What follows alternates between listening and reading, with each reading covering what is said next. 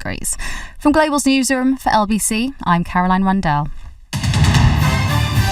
This is LBC from Global, leading Britain's conversation. Cross Question with Iain Dale.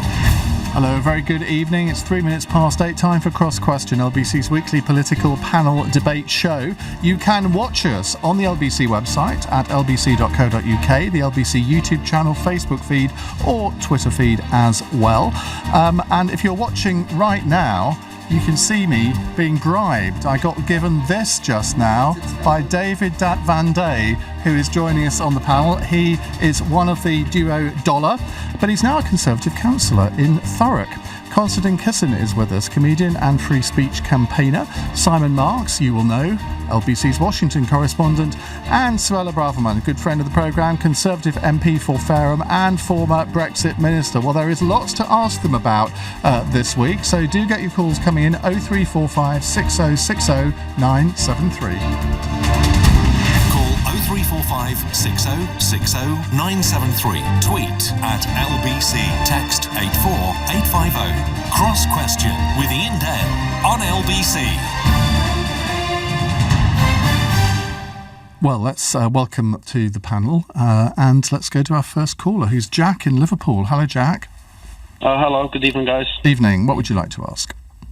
I'd just like to ask the panel whether they think that Trump actually wants to be impeached because the claims are so spurious against him that it's going to make the Democrats look even more ridiculous going forward. So it will just strengthen his position. You sound a bit of a fan of Donald Trump, Jack. 2020. I said you sound a bit of a fan of Donald Trump. I am, yeah. I never thought I'd find a Donald Trump fan in Liverpool. I know, but I'm not a Tory fan by any stretch of the imagination. But I'm a fan of Donald Trump. I think he does what he says. I know it seems like he is a maverick. He's a maverick. He does what he says. So you think he's basically relishing the fight that's about to come? He calls it the hoax. Simon Marks, I have to come to you first, don't I? Well, I don't disagree with Jack's central thrust in that I think it's perfectly possible that Donald Trump relishes the prospect of impeachment. He has, of course, already been impeached. What happens next week in the United States Senate is that he goes on trial. There is very little prospect, in fact, I would say no prospect as things currently stand, of him being convicted at that trial. So he ends up potentially becoming the first American president in history ever to have been impeached, but possibly to go on and win re-election next November. That's certainly what he is hoping, and he is absolutely, Jack is correct, going to use this impeachment battle with the Democrats to argue publicly, continually, that they've wanted to get rid of him from day one. It's a hoax, it's a whitewash, it's a witch hunt. Where I would take issue with Jack is that the allegations are not spurious. It is absolutely clear that Donald Trump broke the law in inciting the interference in America's elections of Ukraine and China.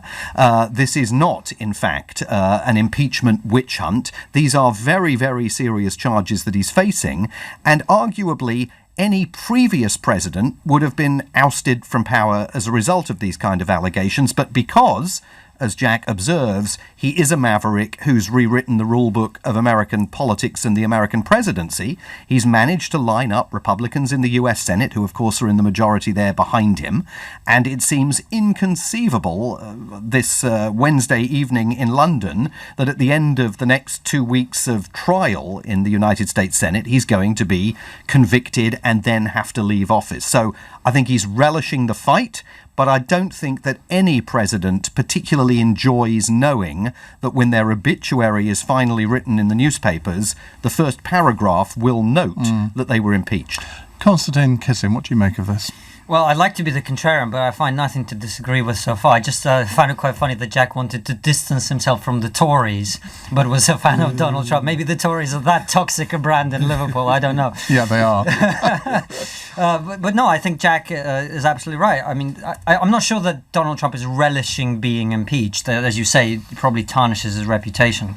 But there's no doubt that the Democrats make themselves look silly by pursuing it, not least because we know nothing is going to come of it. Relishing the battle, definitely. Yeah, and so I think what's likely to happen now is it will galvanize the base. It will raise his turnout for the election. He's going to use this as an injustice that has been committed against him, particularly given the fact that the Democrats have said they're going to impeach him before he even became president, and have continued to say that. So I think it's going to help him in the election, and as the Democrats go way off the deep end in their own debates and go further and further left, I think what's going to happen is he's going to win. Suella Braverman. Well, similarly, I think Donald Trump is facing a presidential re-election later this year. I think this will be a massive factor in his favour. Like the others have said, I think the Democrats have been unceasing in their attempts to get Donald Trump out of office, and they've not succeeded thus far. They're throwing everything they can at him, not succeeding. But what effect that is having, I believe, is that the American people and the electorate are seeing it rightly or wrongly as a witch hunt, as an unjust fight, and as politicians who are not respecting democracy. Something similarly which occurred here over the last few years. What do you make of Jack's comment there that he's a real fan of Trump, but he's not a fan of the Tories? You'd have thought if you're a fan of Donald Trump, you'd probably be a Conservative voter, wouldn't you? I am intrigued by that, Jack, actually, but I think that the Conservatives in the UK have a great... are very often misunderstood by people in some parts of the country. They see us in a negative way, but actually our values are all about helping those who are strivers, keeping the state out of their lives, trusting people to get on in life using their own ambitions and their own efforts, and rewarding aspiration and supporting our community and our traditions. Those are the Conservative values that I espouse. That's what our party's all about. I would invite Jack to think twice about the Conservatives, and together with many, invite him for dinner at the House of Commons there for a minute. And together with many northern voters who have chosen to vote for the Conservatives for the first time only a month ago, the door is always open to Jack. Okay, David Van Day, what do you make of Donald Trump? Are you a fan? Yes, I'm a fan. I think he's a great entertainer. He loves. He'll be relishing this. I think you're right, Simon, and. They're playing right into his hands. He's playing to his base. This is not going to go anywhere. So I think he's trumped them. Very good, very good. And what about the same question to you as I put to Suella there? Do you understand why some Conservatives are not fans of Donald Trump? I mean, I said at the last presidential election that, it would pay me to do it, but if I was American, I would have voted for Hillary Clinton because I just thought he was such an appalling choice. My experience of reality TV shows, which is where he's come from as well, is that you do not have to be nice to be popular. In fact, when you play the villain on these shows, which I often do, or have done, I've got yourself. Lots of votes from the public. They want to see more. And in fact, when you see, I'm a celebrity, get me out of here these days, it's too nice. They're all too pleasant to each other, and they're losing viewers over it. So we're going to see a lot more of nasty Donald over the next few months, you think, or you think we should? Well, it's compulsive viewing, really. So, personally, I think it's great entertainment. I take him with a pinch of salt. So in reality TV shows, you have these arguments with people, yeah? Cut, off you go to the bar and have a drink. Occasionally you'll get a few amateurs that come into the shows and they actually take it on and believe what's going on. There's nothing real about reality TV shows. Okay. Believe me. Simon, you want to I just was going to make the point that I'm actually not as surprised as some of the others that Jack is a fan of Donald Trump. I'm going to bring you back in a minute, Jack, don't worry. But not of the Conservative Party, because Donald Trump's brand of Republican politics is light years away from where the Conservative Party positions itself in Britain. He has taken the Republican Party to the far right of the political spectrum in the United States. This is, we talk extensively, of course, about the Republican Party under Donald Trump's approach to immigration. This is someone who has torn babies out of the arms of their parents as they've crossed the border illegally. Come on, you can't put it in those terms. Well, what other terms would you put it in? Well, you're making out that he's done it personally. His certainly the head of his Department of Homeland Security at the time, Kirsten Nielsen, authorised that policy change. Do we know that he did? Yes, absolutely we know that. He signed an executive order changing the law in order to create that reality. But the point I'm making is that extreme brand of republicanism, not picking on the immigration issue, a whole host of different issues that the Republican Party battle on now, are light years away from a Conservative Party that says the NHS is safe in our hands. I mean, that's a completely different brand of politics. Chris in North Shields has texted in to say, I'm a fan of Trump, but not a fan of the Tories. They're left-wing globalists pretending to be conservatives. Jack, just tell us a little bit more about this slight dichotomy that you've got where you love Trump but don't like the Tories. I think that texter got it exactly right, really. It's the same liberal elite that the following, like the Conservative Party isn't actually conservative. In a lot of aspects, like the whole of the whole of society has just moved a lot more left on social issues. For example, abortion and things. Not that saying I'm completely anti-abortion, but the Conservative Party isn't really conserving anything anymore. But I'd also say that just like the liberal Democrats aren't very liberal or democratic. But the Conservatives are seen in Liverpool, and I see it as well as they just make things worse for the poorer in society. There's people using food banks all the time. There's food banks, all the 0 hours contracts, everything else. It's not good for society as a whole, and things need to become a lot more equal. But that's just, and I know for people, like the whole country doesn't see it that way, and like the Labour government was definitely unvotable. So what did you vote in? What did you vote in the election? There was no point, so just abstain. Like everyone around here votes Labour anyway. You see, I find that really difficult. When you phoned in a current affairs programme, you're clearly interested in politics, and yet you didn't vote.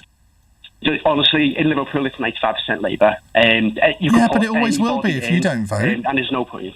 Well, we saw with this election that voting does change things. Seats which had never been Conservative, whole families who had never voted for the Conservatives changed their minds and voted with their feet and created a political earthquake in December, which has changed the balance of power and changed our politics and will change our country for many years to come. So voting does matter and it does make a difference. Jack, I came from a council flat in Brighton, and about 13 years old, I was very lucky because I got a scholarship to go to a stage school in London, the Italian Conti, and from there I worked. But I come from a working class background. Jack, you sure you can't support me? Yeah. Okay. Everyone's beating up on Jack here. Can I just say in his defence before you move on that I totally understand it. I mean, you and I think live in the same constituency where there's only one party that's ever going to win that election. I could vote for that party or any other party. I could vote for the Monster Rain Loon party. It makes no difference at all in our political system. So I perfectly understand that a lot of people... I don't agree with you there. It doesn't matter what the size of the majority is. The size of the majority is only what it is because more people voted that way. That might be different in a different election. We now know that there's almost no such thing as a safe seat. And okay, you and I both live in one seat, which you could say will probably never change. There's no such thing as the seat that we live in. But most of the seats in this country over the last 20 years have changed hands. Sure. So Ian, every vote counts. Can I David, drop in with Thurrock? Thurrock is a good one where every vote really does count. Price, first 2010 was 90 votes. Yes, we've seen that video you've done with her. 2015, not your finest hour, David. 600 votes, and then Theresa May's election, it was 350. She won the other night with nearly 11,500 votes. Things can change. Okay, right, let's move on. Keep your calls coming, 0345 6060 973. And don't forget, you can watch us, believe me, it's worth it, at the LBC website, lbc.co.uk, the Facebook page, Twitter feed, and what have I missed out? The YouTube channel. Right, let's go to our next caller, who is Sean in Concert. Hello, Sean. Hello, Happy New Year. And you. Panel and yourself. Oh, I tell you what, this is bonkers, this country, you know. Why are they going to... It's 40,000 per bong, right? A Big Ben. What have we got to celebrate? What has this country got to celebrate coming out of Europe with 11 bongs? I think the country's bonkers, man. It's around the twist. Bonkers. There's nothing to celebrate coming out of Europe. Well, there is if you voted Leave, I guess. No, there's no. What's to celebrate? Thousands of people could lose their jobs. Is that something to celebrate, like? if you believe that would happen, obviously not. Let's ask the former Brexit minister, Suella Braverman, what is there to celebrate, and do you think that Big Ben should bong? And are you going to bung a bob so Big Ben can bong? I've practiced that so often today. That could go wrong in many ways, couldn't it? I think there is, Sean, a lot to celebrate. We will be celebrating our independence. We will be celebrating a repatriation of power. We will be celebrating the beginning of an exciting new chapter in our democratic history. We'll be the first country, pretty much, which has left the European Union. Greenland's often cited, but it's not really a proper example. To have left the European Union, to forge a new destiny ourselves as a self-governing, autonomous nation. Huge possibilities for trade, for democracy, for law and order, for laws, for regulations, for migration. A great reason to celebrate, and I really hope that the bells and Big Ben do bong, so that we ring in this bright new future in the appropriate manner. And £500,000 it's going to cost. Now, do you think taxpayers' money should be spent on that? Well, the Prime Minister's been clear that he wouldn't be averse to it being crowdfunded. There isn't much time. There isn't, no, but there's already been some significant donors who have made it very clear that they could support this financially. I think the cost is due to the fact that it's under restoration and under scaffolding at the moment, and there may well be works which are contracted and they might need to be rearranged, and there are knock-on costs to that. But I do think that this is a momentous moment, a momentous occasion for our country. It's hard fought. It marks the beginning of a new chapter, and I think, and particularly a chapter of unity and the end of these divisions, which I hope will be put to an end. But I think we should be marking Brexit Day with Big Ben. So, David Van Day, at 11 p.m. on the 31st of January, who will you be with in the moonlight? I think we should spend on fireworks, actually. A fabulous firework display. I know we've just had one for New Year. Another one? Yeah, but what it does, it tells the world, we're ready for business, we're free, we're ready for you, come and get us. I have to say, when I got off the plane, I got in here on Friday night, I got off the plane and I was listening in the taxi on the way in from the airport to LBC, and people started talking about this, I'm not even going to try and say it, what is it? Bung a bob for a bomb. That one. I thought I'd landed on April Fool's Day. I thought this was I'm with Sean entirely. I thought this was the craziest thing I'd ever heard. However, I've come round to a new thought on this, which is if you want to do it, go crazy. You can, bong the bells. But I think that then every radio station in the country, including this one, should then be required right off the back of it to have a ceremonial reading of For Whom the Bell Tolls. Oh, dear. That went in a very dark direction very quickly. It did. You're sounding like... Then all sides will be happy. Ramona, which is not a word I use. No, I'm sounding like someone who thinks that you can celebrate if you hear the bongs and you are so moved, but equally you could then not be in such a celebratory move if you were not so moved. Now, Konstantin, I know you voted Remain, but I think you've come to the point of view where we've got to leave, haven't you? Yes. Given the democratic vote. But what do you think should happen to mark this occasion?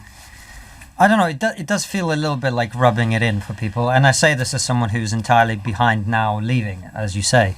I think the main thing that people are tired of is this continuing saga, and actually, as we know, it's not going to end on the 31st of January. There's going to be a whole process to go through, so I'm not sure we have that much to celebrate yet. I think the election was the moment when... We do have a lot to celebrate. And what is that?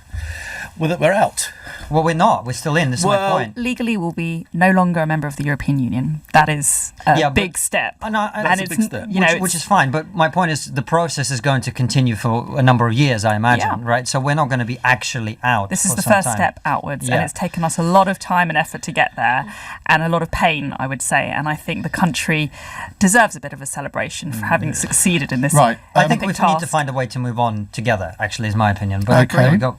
Sean, you've heard what our panel have said. How will you be marking Brexit Day? Well, I want another general election. I want that white-headed idiot out of You've got Parliament. to be the only person in the country who wants another general election. Because he's an absolute cracker. He's a bong, like. and I tell you what, I am fed up that it's going to cost £500,000, man. Get your act together, man. There's people living rough in the streets in this country, right? And you're going to have 11 bongs for 500,000 people. You're on the twist, man. Well, Get your act together. Well, you half-wits. You've made your view very clear. John in North London says, got to love Sean. He's my favourite caller from Honest Down-to-Earth Opinion. Right, let's move on to a very serious subject. We spent 2 hours talking about it on the show last night. Maya is in Tottenham and has a question. Hello, Maya. Hello. I just wanted to say, what is the view of the panel of the most recent on-street grooming gang scandal coming from Manchester? It's, I think, something that's horrified everybody, where it's quite clear that the police turned a blind eye to what was going on, the social services turned a blind eye, and everybody else did. And you think, well, how can people who work for public authorities do that, and what lessons can be learnt? And we seem to have these conversations every so often where these scandals emerge in different towns all across the country, and you wonder whether we've just sort of reached the tip of the iceberg with what's going on. Suella Braverman. It's heartbreaking, it's shocking, it's totally unacceptable. And when I was reading about this, I was just so upset that this has been allowed to take place. And I think there is a collective problem here amongst publicly funded agencies, whether it's social workers, whether it's teachers, whether it's care workers, whether it's even our police officers. And I think there is a real need for a culture change. There's a real need for much more guidance in how to deal with the early signs of child sexual exploitation. That's not what this is about, though. This is public officials turning a blind eye to what was going on and effectively instituting a cover-up. That we're not talking about how you identify it. We know that kids, very vulnerable children, fell victim to these people, and the authorities did nothing to stop them. And that has to change, and that cannot be allowed to continue. And it's worrying to think, well, this is a case which has come to light, and where else is it happening where the light hasn't been shone, and that is what's worrying. And I think there needs to be a culture change. As I say, there needs to be a culture where problems are seen, officials and employees and those in positions of responsibility are given the support to for want of a better word, blow the whistle or do what they need to do, take the right steps to prevent and to stop further damage being done. And what about the sensitive issue of culture and race here? Because you've had a lot of people in the media saying these were predominantly British Asian men and getting a lot of criticism for that. I used the phrase last night, they're predominantly British Pakistani men, because they are. And I don't see any problem in saying that. But it clearly, to me, seems to be a cultural thing. I don't think it's a religious thing, because you don't get Muslim people from Indonesia, it seems, doing this sort of thing. So should we be calling that out, or is part of the problem here that people are being too politically correct, and that's the reason why these scandals continue? I think there is something there that political correctness and the fear of being accused of racism and a culture of not saying what needs to be said is damaging a lot of some of our public functions. And whilst I don't know enough about this area whereby I could confidently say one group is, there's prevalence in one group over another, I think that if there is in this particular case, all of the culprits were of that cultural group. I think you have to call it out. But equally, that's not to say that there are white men as well who are involved in paedophilia and sexual exploitation I think as well. The difference seems to be that, obviously, if you look at the population of the country, there are far more white paedophiles in the country than there are anybody else. But this is a gang thing here, and we don't seem to read too much about non-British Pakistanis indulging in this type of gang grooming behaviour. Konstantin Kisin, what's your view on this? Well, the issue here, as you rightly raised, Ian, I think is very importantly political correctness. There's a lot of evidence that many of these grooming gangs have got away with, we call them grooming gangs, they're rape gangs. This is a horrific thing that has been happening to children in this country. And the reason it's been happening and has been allowed to continue for this long is that some people in those authorities were unwilling to raise that issue, including police officers, for the fear of being accused of being racist. And the fact that we've got to a point where people are unable to speak the truth, to defend children against sexual exploitation tells me that in terms of political correctness, we've gone way too far in this country in preventing people from saying the things that need to be said. We're not talking about people expressing an opinion down the pub. We're talking about public officials being unable to do their job to protect kids. We've gone way too far with political correctness in this country, and it has to change. Otherwise, thousands more young girls are going to be attacked in this way. And more than that, some of the things that we've seen in this country, particularly with the EDL, Tommy Robinson, etc., becoming a massive public figure, is off the back of precisely that. He was seen as the only person who was really talking about it, honestly, because other people were not, because other people were terrified of being tarred with the same brush. And we've got to get to a point where we can have honest conversations. Otherwise, the only people who'll be having these conversations are going to be unpleasant characters like him. David Van Day. Well, first of all, the victims. I mean, they definitely need an apology, maybe even compensation. I agree that it's mass paedophilia, it's rape, and so, therefore the people in charge of those investigations should be looked at, and they should be investigated of why they got it so wrong. We did it with the Liverpool, with the football stadium, Hillsborough. And I think we should look at this, and I hope it wouldn't take 10 years to sort out. Well, but that's the thing. I mean, we've got the child historic inquiry into child sexual abuse. That's looking back decades, and I mean, we've been covering these sorts of issues for at least a decade, if not more. And this whole scandal goes back to 2004, 2005. This is not something from the 1960s. This is recent history. Could I just say on that, you could talk about the Trojan horse scandal in Birmingham schools, where there was Islamist radicalisation which was taking place in state schools. And again, officials were shown back then, and this was back in the early 2010s, around then, 2009, where they were shown to be turning a blind eye again for fear of being accused of racism. So this is an endemic issue in our system.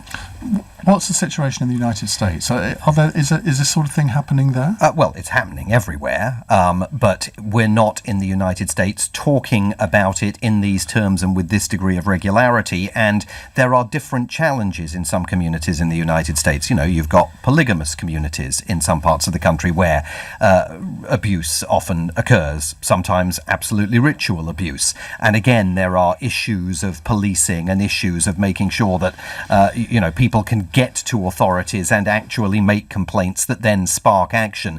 I mean, it's interesting. I have not lived in this country for 30 years. I've been out literally now for 3 decades. And in a way, the fact that this is being... You still kept your accent. Well, trade off it. Like gold dust in America, isn't it? Very seriously.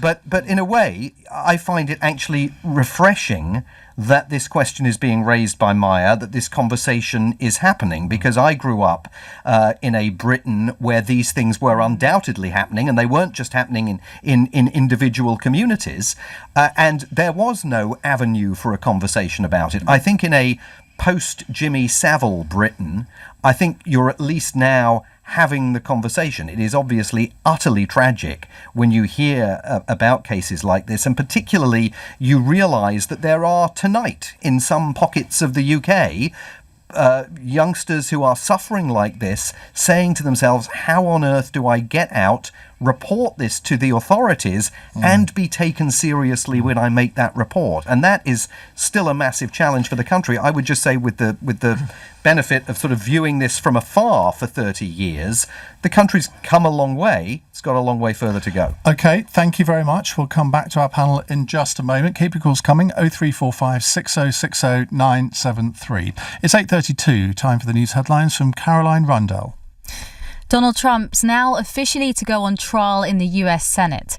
The House of Representatives has passed a vote for a full impeachment hearing into charges he misused his powers. The president denies pressuring Ukraine into investigating one of his political rivals. The UK government's announced £2 billion in funding for the revived Northern Ireland executive. Some of it will go towards ending the pay dispute with nurses and other health workers. Downing Street's been forced to defend the help it's given to save the Flybe airline. It has an effective tax holiday. The owner of British Airways has complained to the European Commission. LBC weather turning much windier in the west overnight, but overall mainly dry with the lows of 3 degrees. LBC. Use Swell Heating's online tool to find the perfect boiler in under 5 minutes. Visit swellheating.com. Rely on us to keep you warm. Hi there, I'm Jenny Falconer and I'm here to tell you all about my podcast, Run Pod. It's the run club of the podcast world. And whether you're a seasoned marathon runner or just a casual jogger, this is the podcast for you. I get to talk to some very special guests about their running journeys and they share their training tips. Listen and subscribe on Global Player or wherever you get your podcasts. Standard. Stagnant. Same old, same old. That's not how you describe London. We're, well, different. London loves bright new ideas, embraces vibrant, evolving communities, and isn't afraid of standing out. We deserve an energy company that's as different as we are, one that's fair and affordable for all Londoners. London Power, a different kind of energy company. Marooned in deep space and no sign of help? Don't panic. And with the AA, the app lets you track the mechanic right to your side. I'm thinking of joining the AA. I don't think they accept cats as members. Who said anything about being a member? I want one of those shiny yellow jackets. Ow! There are lots of smart reasons to join the AA. You'll get unlimited call-outs, our tap and track app, and we'll get you going again in around 30 minutes of arrival. Switch to a different kind of breakdown service from just £6 a month. Visit theaa.com. New customers only. T's and C's apply. Hello? It's time you swapped your daily grind for some sun, sea, and salsa. Sangria, sun lounger, siesta, salsa, the dip, sandal, suntan lotion. We've done salsa, ain't we? In the Seychelles, Spain, or anywhere else in the world at surprisingly low prices. When you need a holiday, it's time to Travel Republic. Book with confidence at Toll Protected. Cross Question with Iain Dale on LBC. It's 8:35 here on LBC. Let me reintroduce you to my panel. Simon Marks is LBC's Washington correspondent, making a rare visit to the LBC studios. It's good to see you, Simon. Lovely to be here. Suella Braverman is Conservative MP for Fareham, former Brexit minister. We wanted to get you on a few months ago, but you were a little busy, weren't you, I was. Suella, having a child? I had a baby in July. Congratulations. And Internal Brexit there. Baby Brexit. Ooh, yeah, quite. Konstantin Kisin is a comedian, free speech campaigner, and the co-host of Trigonometry. Now, that's not quite what people might think, is it? To explain what trigonometry is. It's not about guns. Well, actually, you've been a guest on the show, so you could explain it just as well as I could. But the idea of the show is it's a YouTube show where two comedians interview people about sometimes difficult, controversial subjects, and we try and add a bit of levity to be able to have some of the important conversations that we need to have without all this stuff that we've been talking about, which is restriction, political correctness, etc. And David Van Day, those of you of my vintage will know him very well as the former Dollar singer.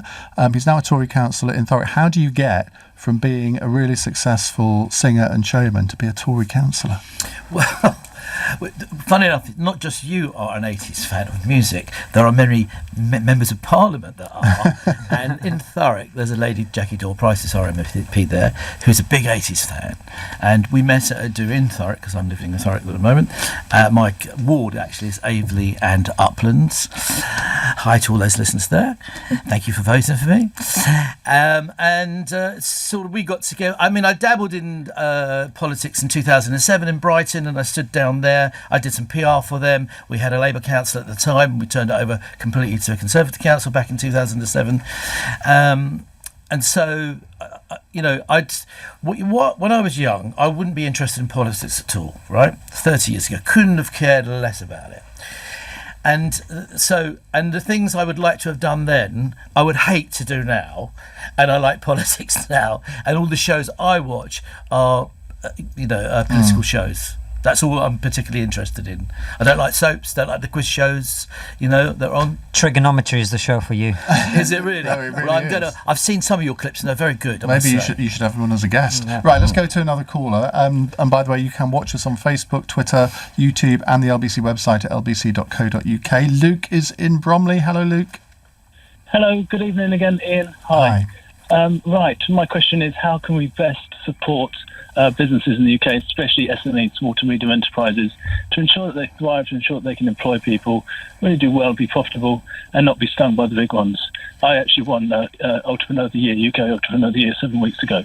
Did you? Well, you can tell us then. Well, I think, I think you should, What do we know? You should answer your own question.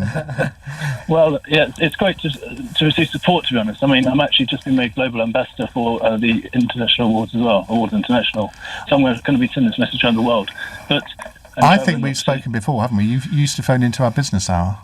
Yeah, if you look for your LinkedIn messages, you'll see that we communicated about 8 weeks ago. Oh, there you go. See, I do have a memory.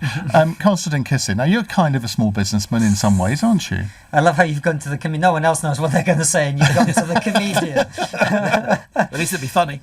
That's pressure now, isn't it? I have no idea. I think that the main thing is we were talking about earlier about Brexit. Now that it's kind of over. I think it'll give stability. I've been talking to a few business people lately, and one of the things they were saying, actually, it almost doesn't matter which way the whole thing was going to go as long as we got some certainty about the future. And I think based on that, just going forward with a predictable political framework might be a big help. But it sounds to me like our caller would know better than anyone. Simon.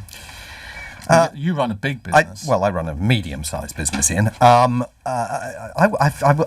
was just struck. Got 33 offices around the world. Small offices, medium-sized offices. Yeah. I went shopping over the weekend and was absolutely stunned, I have to say, by what's going on in retail in this country. I mean, I was out and about the day Mothercare was trading for its final day, but I have to say that at the shopping centre that I visited over the weekend, every single shop had banners in the window saying 60 and 70% off, and it was almost January sales. You have been away for a long time. 60 to 70. I recall January sales when you might strike a bargain if you stood in line outside a shop for long enough, but to see these major retail stores and some small independently owned shops virtually giving stuff away, and even then not being able to give stuff away because the place was relatively deserted, was pretty striking to me. Now, I don't live here. I can't speak to whether that's representative of what's going on, but there's clearly a huge issue in the retail and I sector. live in Tunbridge Wells, and I just tweeted the other day about my shopping experience in Tunbridge Wells over the New Year, and it's made like the local papers. Just one tweet, and is he right? And everyone's saying yes, he is right. They put placards over all the empty shops, which are painted with Tunbridge Wells is flourishing. Yeah. It's Goebbels-esque in a way. But I mean, this is not a retail phone-in. But Suella Braverman, obviously the Conservative Party considers itself the party of business, and yet small businesses feel that they're being slightly ignored. If you look at the data since 2010, we've had an increase, an exponential increase of startup coming into being since 2010. We've lowered the corporation tax rate from 28% to 19%, which means that businesses, including SMEs, are paying less tax. And we've got the British Business Bank, which has provided billions of pounds of startup funding to thousands of small and medium enterprises. So we are the party of business. We're undertaking a review of business rates, which is a big obstacle to small or independent retailers. How can who you want say to you're the party of business revitalise the high when street? you look at the loan charge issue, you look at IR35, which is going to absolutely cripple people who are very small business people. That's coming in April. Why on earth is a Conservative government doing things like that, which will actually penalise small business people much more than anybody else? IR35, or off-payroll taxation, is coming into force. However, there is a review which is being undertaken. We acknowledge that there's going to be an impact on SMEs and freelancers or private contractors. Well, it's to regularise. The argument from government is to regularise the situation between the tax implications between those who are in the self-employed sector and those who are salaried individuals. If you're individuals. you don't get holiday pay, you don't get any sickness benefits and all the rest of it. And yet we're now all supposed to then pay exactly the same as somebody who does get all those benefits. I'm not denying that there are real challenges with IR35, and that's why the government is carrying out a review. So watch this space is what I would say. Okay, David? I live next door to more or less Lakeside, the shopping centre in Thurrock, and it's some of the shops are doing really well. So you get, can I say, Primark? It's cheap and cheerful, and it's rammed. And the problem with some of the quality shops, I have to say, a lot of people are not so keen on quality these days. It's not they're not keen on it; they won't pay for it. How many settees can you have in your lifetime? And all the TV adverts that you see on TV, and people say, well, they don't want them to last for. When I was a kid, people said that'll last you a lifetime. Nobody wants it anymore. They were 5-10 years. They won't get rid of it. Refurbish the whole house. So if they can afford it, of course. And Primark offer those type of prices and fashion, and there's a few other stores as well. So I think sometimes with the Marks quality, and Spencer, $19.99. Bargain. Are you allowed to advertise? I don't know if that is a bargain. Do you know what? I don't know if that is a bargain. See, quality-wise, that might be a bargain. You see, you might have that for years. We're slightly getting off the subject, but do you? I mean, as a Conservative councillor, I don't know what kind of businesses you have in the ward that you represent, but do you get a lot of representations from people saying, "Well, look, how can Conservatives do this to us?" Well, you do. Well, I mean, we could cut the business rates and things like this, which they're talking about. So. It's a village, so there aren't too many shops, to be honest, and they all seem to do. No, we're not just talking about shops; it can be any business. Yeah, well, they to be honest. Listen, if you go to the bars and restaurants in Thurrock and South Essex on a Friday and Saturday, they are packed. You cannot get in there. The white van man and the tradesmen, blue collar, have got plenty of money down there. I believe you cannot even get into the restaurants. You have to book a week in advance. That's where Emily Thornberry needs to be campaigning for the Labour leadership, obviously, then, which we haven't had a question on Labour leadership. We've still got 15 minutes to go, so do keep your calls coming, particularly on that subject. Can I also just say Very that briefly. I think there will be benefits for businesses when it comes to Brexit, for free trade, for opening markets, for exports, for selling goods all around the world. And I think that this actually... Trade is going to be more difficult with the EU because there'll be more paperwork. No, not necessarily. I'm very confident we're going to get a good free trade agreement with the EU, which will eliminate tariffs, which will reduce the friction or the bureaucracy. A free trade agreement does exactly that. It is now, a free trade agreement with the EU will essentially eliminate obstacles to trade. Can you name a single country that has done a free trade agreement in 11 months? Well, can you name a single country that is starting with the EU? I asked you the question. Well, there is no other country which is starting as a starting point like the UK, which is complete harmonisation and alignment and working on free trade principles with the EU. We start from an amazing point that bodes well for our prospects. Luke, I'm not sure your question was answered fully, but we'll do better next time, I promise. We're going to come to Alex in Watford in just a moment, but before that, let's go to a short break. It's 8:45. Nick Ferrari at breakfast, weekday mornings from 7. In the US, the top-tier Democrats have traded barbs. The gloves came off in the final debate before states begin to vote on who will be their man or woman to take on President Donald Trump in the election later this year. Larry Sanders, brother of Bernie Sanders. The crucial issue that he makes is that America has been befuddled by two main things: inequality and a propensity for endless war. The president refers to your brother as being a nasty guy. What would you say to that description? He's a very nice guy. He does really viscerally hate the destruction being wrought by these very rich people who care for nothing but themselves. Nick Ferrari at breakfast. With Xero. Get your business digital ready with Xero accounting software. LBC. The personal history of David Copperfield is now a BAFTA nominee and a winner of 5 BIFA awards, including Best Screenplay and Best Supporting Actor Hugh Laurie. That's good to hear. From the acclaimed director of The Death of Stalin. What do we do with him? If I were you, I'd wash him. Don't miss David Copperfield in cinemas January 24th. When it comes to music, I've heard it all. Pink Floyd, Sean Paul, Slipknot. But in the Which Test Lab, hearing isn't enough. When we test headphones, we really listen. Not just to the music, but to the stuff that gets in the way. The traffic, the chatter, all that. Mind the gap. We simulate the loudest commute to find you the headphones that cancel out the noise. So you know we're only recommending the best. Which tests harder so you can buy smarter. Visit which.co.uk. Parents, you know your child. You know the way they learn is different to others. And Interhigh School knows this too. For 15 years, Interhigh has specialised in providing a fully interactive, tailored online school, supporting your child to achieve their best results from primary school age through to A-level. To discover more about Inter High School, join their next online open evening on the 22nd of January. Register at interhigh.co.uk. Teaching shapes lives. Becoming a teacher means a career of opportunities. You could head a subject department or work towards school leadership. And with a minimum starting salary of £24,000 to £30,000, teaching has never been so rewarding. Teaching. Every lesson shapes a life. Search Get Into Teaching. Starting salary dependent on location. Critics adore BAFTA nominee David Copperfield. This calls for a celebration. It's impossible to resist, says The Guardian. Tell me another. It's wonderfully unexpected, says The Telegraph, featuring an all-star cast, including Dev Patel, Tilda Swinton, Hugh Laurie, Peter Capaldi, and Ben Whishaw. It thrills me to the stomach. David Copperfield, in cinemas January 24th. Cross Question with Iain Dale on LBC.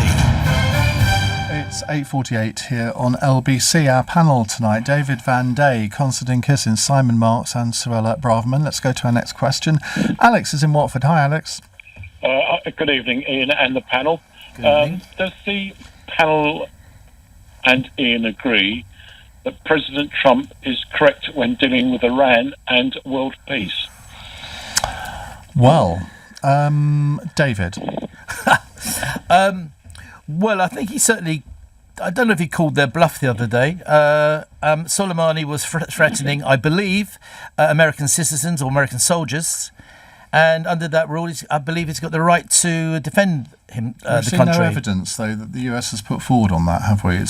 They have said it, but it's secret, evidence. You see, the CIA can't give all their secrets away. away. But that means you can say anything, really, and no one can disprove you. Well, it's a very sensitive area.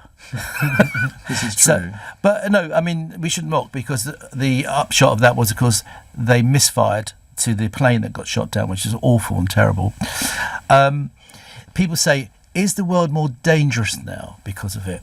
I think the world was dangerous before it, and I still think it's dangerous now. Is it more dangerous? Has it wound up some of those terrorist groups to go and, to get a hit back? Independent, well, I don't know if they're independently from Iran, but, under a different banner, shall we say. So, certainly back home, once again, you see, playing to his own audience, I think he won it. Suella Braverman, I mean, David's right on that, isn't he? That from Trump's own perspective, domestically, he scored a bit of a triumph here, because Iran has effectively got its tail between its legs. Now, it's slightly coincidental, you could argue, but from his point of view, it was a good thing to have done. I think Iran is definitely in the wrong in this whole situation. It's clearly in breach of its obligations under the 2015 JCPOA, which is the anti-nuclear agreement that was reached. Our position is that we support that deal. It's not a perfect deal, but it's generally got a goal of stopping. It's a dead deal now, isn't it? Well, we've triggered this dispute mechanism, which is in response to Iran's non-compliance, which is really serious. They are suspending the limits on their uranium enrichment. And centrifuge installation, which makes them much more of a threat. They're involved in terror activities in the region. Ultimately, any resolution in this issue will require the US to come to the table, and triggering this dispute mechanism can provide that opportunity. And as the Prime Minister has said, this deal is the preferable one, but if it doesn't work, there's always an alternative. We've got to stay open-minded for a new deal, which may well be instigated by Donald Trump. Yeah, but hang on a second. There was a deal. There was a deal with which Iran was largely in compliance. The lack of compliance on the part of Iran has really followed President Trump's decision to walk away from that multilateral deal, pulling the rug out from beneath the European partners that signed on to that deal, the Chinese, the Russians, and, of course, the Iranians. And, Alex asks the question, was Donald Trump correct to do what he did? It's not a binary question. Was it the right thing to do to kill General Qasem Soleimani, or was it not?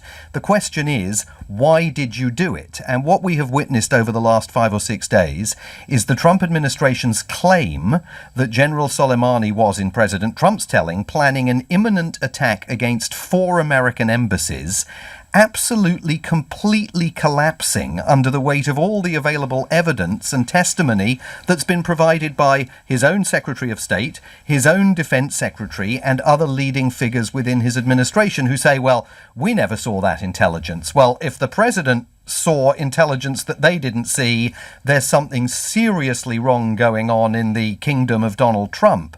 And well, what about the missile against the Ukrainian plane? Iran starts off by denying that and blaming other forces, and then in the face of compelling Western-sourced intelligence, has to accept responsibility. Yes, absolutely. I mean, that flies in the face of your... schooling the Americans, who in 1988 took far longer to admit that they had shot down the Iran plane flight 655 from the USS Vincennes. I mean, there are decades of enmity in this relationship.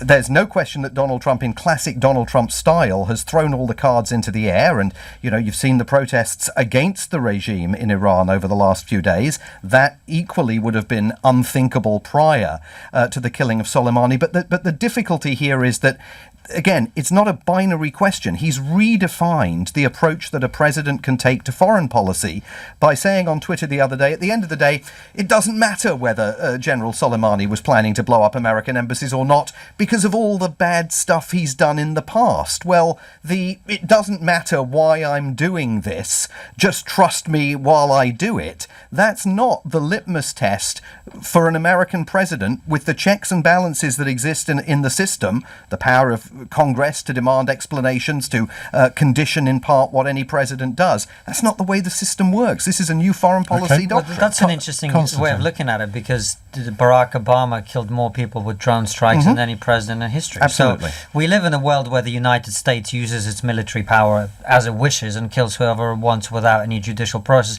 That's the reality. I don't think Donald Trump has got anything to do with it, frankly.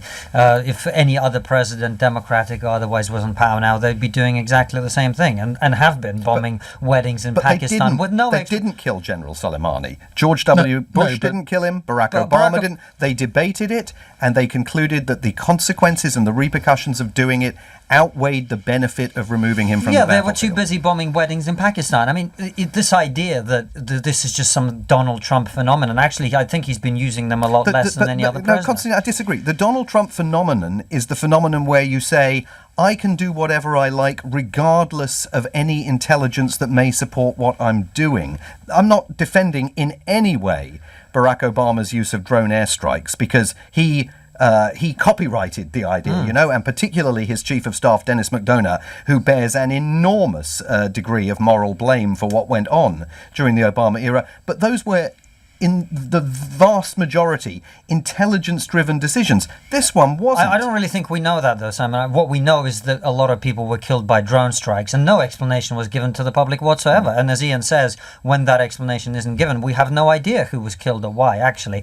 I think the difference here, and this is why I'd agree with you, is the style of it. Donald Trump likes these bombastic moves. The one evil bad guy, you know, al-Baghdadi, we got him, General Soleimani. They've made them up into these big targets that can then be destroyed to, as we've been talking about, play to his base. I think that's definitely true. But this idea of, you know, moral outrage because Donald Trump's so evil, killing, that's what the United States has been doing for a very long time. Why make up the claim? I mean, he clearly made it up. This idea that there were 4 American embassies being targeted, it's a lie. He made it up on the fly. Why do that? Why not just say from the outset? On the terrorist groups all the time planning things and operations. So it could be, I mean, in theory, it could be going on.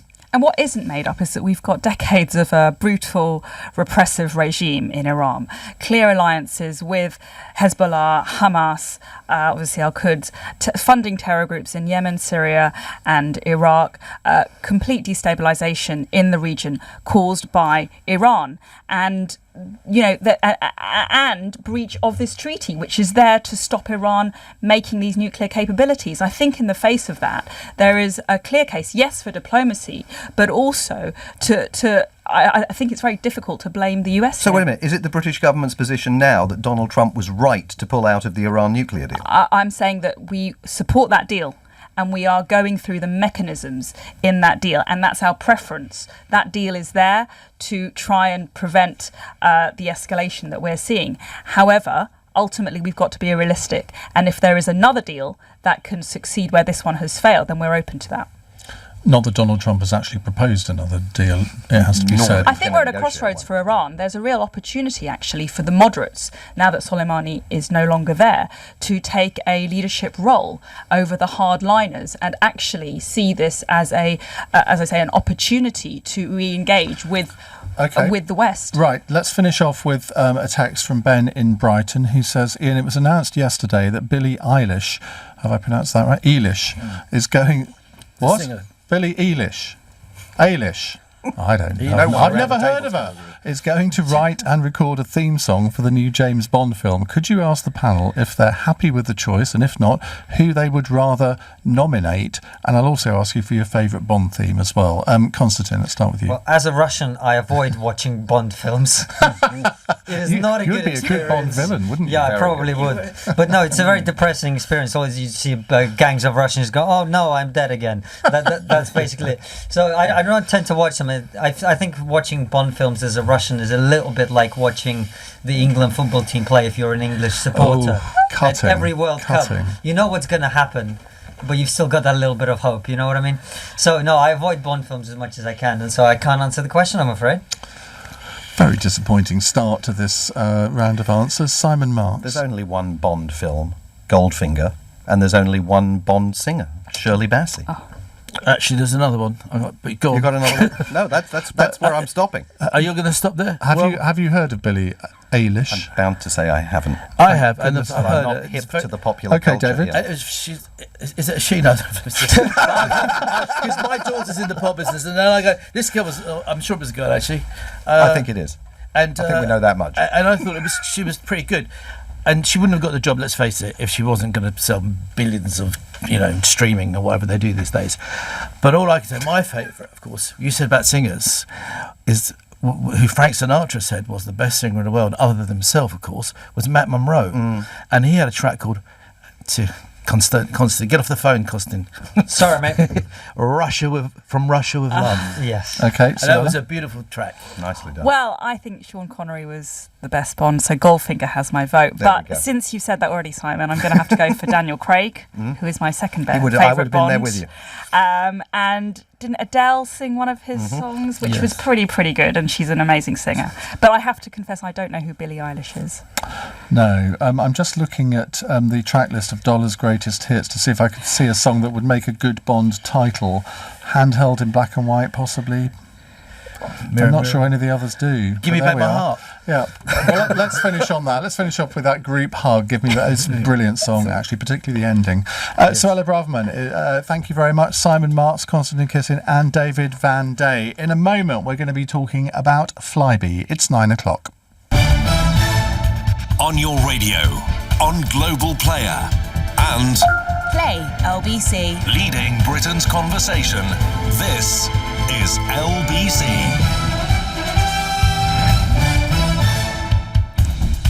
From Global's newsroom at 9 o'clock. The US House of Representatives has passed a vote for a full impeachment trial in the Senate on charges Donald Trump misused his powers.